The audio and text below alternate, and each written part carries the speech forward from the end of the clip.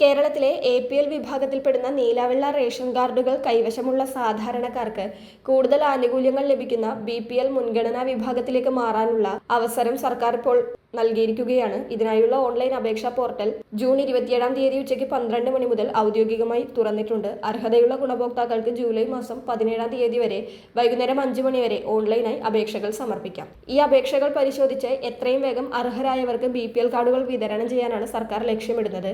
BPL ration കാർഡിനായി അപേക്ഷിക്കുന്നവർ പ്രധാനമായും 3 രേഖകൾ ഹാജരാക്കണം. നിലവിലുള്ള റേഷൻ കാർഡ്, അതാത് തദ്ദേശ സ്ഥാപനങ്ങളിലെ സെക്രട്ടറി സാക്ഷ്യപ്പെടുത്തി നൽകുന്ന BPL സർട്ടിഫിക്കറ്റ്, വില്ലേജ് ഓഫീസിൽ നിന്നുള്ള വാർഷിക വരുമാന സർട്ടിഫിക്കറ്റ് എന്നിവയാണവ. ഇതുകൂടാതെ വിധവകൾ, ഭവനരഹിതർ, ഗുരുതര രോഗബാധിതർ എന്നിവരുണ്ടെങ്കിൽ അത് തെളിയിക്കുന്ന മെഡിക്കൽ ബോർഡ് രേഖകളും സമർപ്പിക്കാം. എന്നാൽ കാർഡിലെ അംഗങ്ങൾക്ക് സർക്കാർ പൊതുമേഖലാ ജോലി അല്ലെങ്കിൽ സർവീസ് പെൻഷൻ ഉണ്ടാവാൻ പാടില്ല. വീടിന്റെ വിസ്തീർണം 1000 ചതുരശ്ര അടിയിൽ കൂടരുത്. ആദായനികുതി അടക്കുന്നവരോ ഡോക്ടർ, എഞ്ചിനീയർ തുടങ്ങിയ പ്രൊഫഷണൽ ജോലിയുള്ളവരോ കാർഡിൽ ഉണ്ടാകരുത്. പ്രതിമാസ വരുമാനം 25,000 രൂപയിൽ താഴെ ആയിരിക്കണം. സ്വന്തമായി 4 ചക്ര വാഹനം ഉണ്ടാകരുത്.